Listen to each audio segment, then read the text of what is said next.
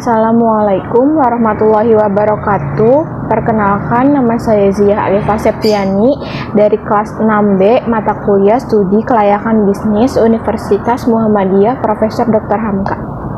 Hari ini saya akan menjelaskan tentang pengertian, contoh, dan perbedaan dari perusahaan perseorangan, firma, perseroan komanditer atau CV, perseroan terbatas atau PT, perusahaan negara, dan koperasi.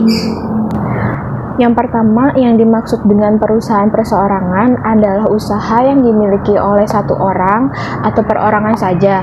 Siapa saja bebas memiliki usaha tersebut tanpa adanya campur tangan dari pihak lain.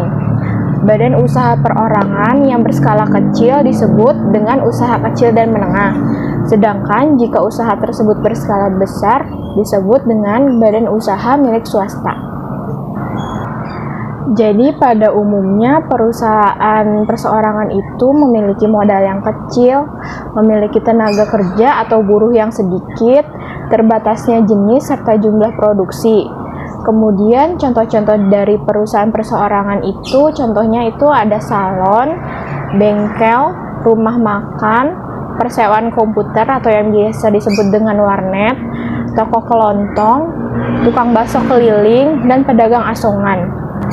Yang kedua itu ada firma. Firma adalah suatu badan usaha yang dimiliki oleh lebih dari satu orang dan semua pemiliknya bertanggung jawab tak terbatas atas utang-utang badan usaha tersebut.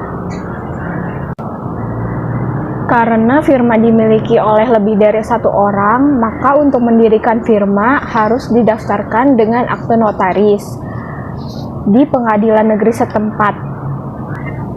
Kemudian contoh-contoh firma yang ada di Indonesia, yang pertama itu ada firma hukum, kedua firma akuntansi, yang ketiga perusahaan firma Diadora, yang keempat perusahaan firma Crocs, yang kelima perusahaan firma Converse.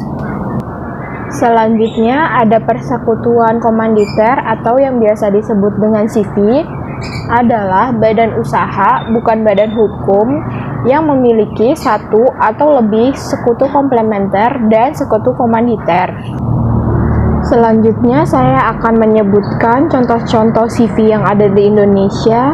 Yang pertama itu ada Tunas Muda Perkasa, yang kedua ada Grup Bakri, yang ketiga ada Grup Salim, yang keempat ada Grup Lipo, yang kelima ada Adam Air, selanjutnya ada Astra International, selanjutnya ada Jarum, selanjutnya ada Perusahaan Semen Indonesia, yang selanjutnya ada Perseroan Terbatas atau yang biasa disebut dengan PT, adalah suatu unit atau badan usaha yang berbadan hukum yang mana modalnya terkumpul dari bagian saham dan setiap pemiliknya memiliki bagian dari banyaknya lembar saham yang dimiliki oleh masing-masing investor.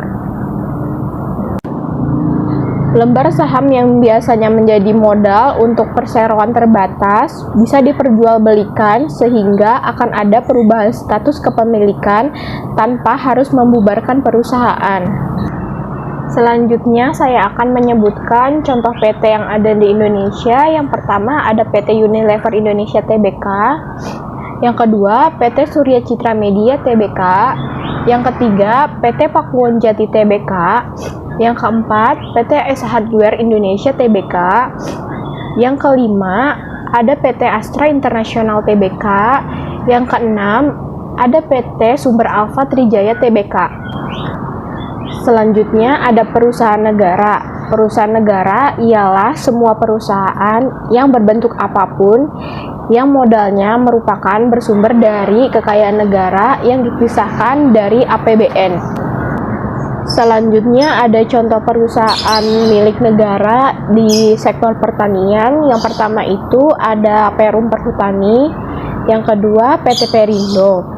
Selanjutnya perusahaan negara atau BUMN di bidang konstruksi dan konsultan. Yang pertama ada PT Adikarya Tbk, yang kedua ada PT Amarta Karya. Selanjutnya contoh BUMN di bidang keuangan dan asuransi. Yang pertama ada PT Asuransi Jiwasraya, yang kedua ada PT Bank Mandiri, yang ketiga ada PT Bank Negara Indonesia. Selanjutnya, perusahaan BUMN di bidang telekomunikasi itu ada PT Telkom Indonesia. Selanjutnya, contoh BUMN di bidang pertambangan dan energi itu ada PT PLN dan PT Pertamina. Selanjutnya adalah koperasi. Koperasi adalah sebuah badan usaha yang beranggotakan sekumpulan orang yang kegiatannya berlandaskan prinsip koperasi sekaligus gerakan ekonomi kerakyatan yang berasaskan dengan kekeluargaan.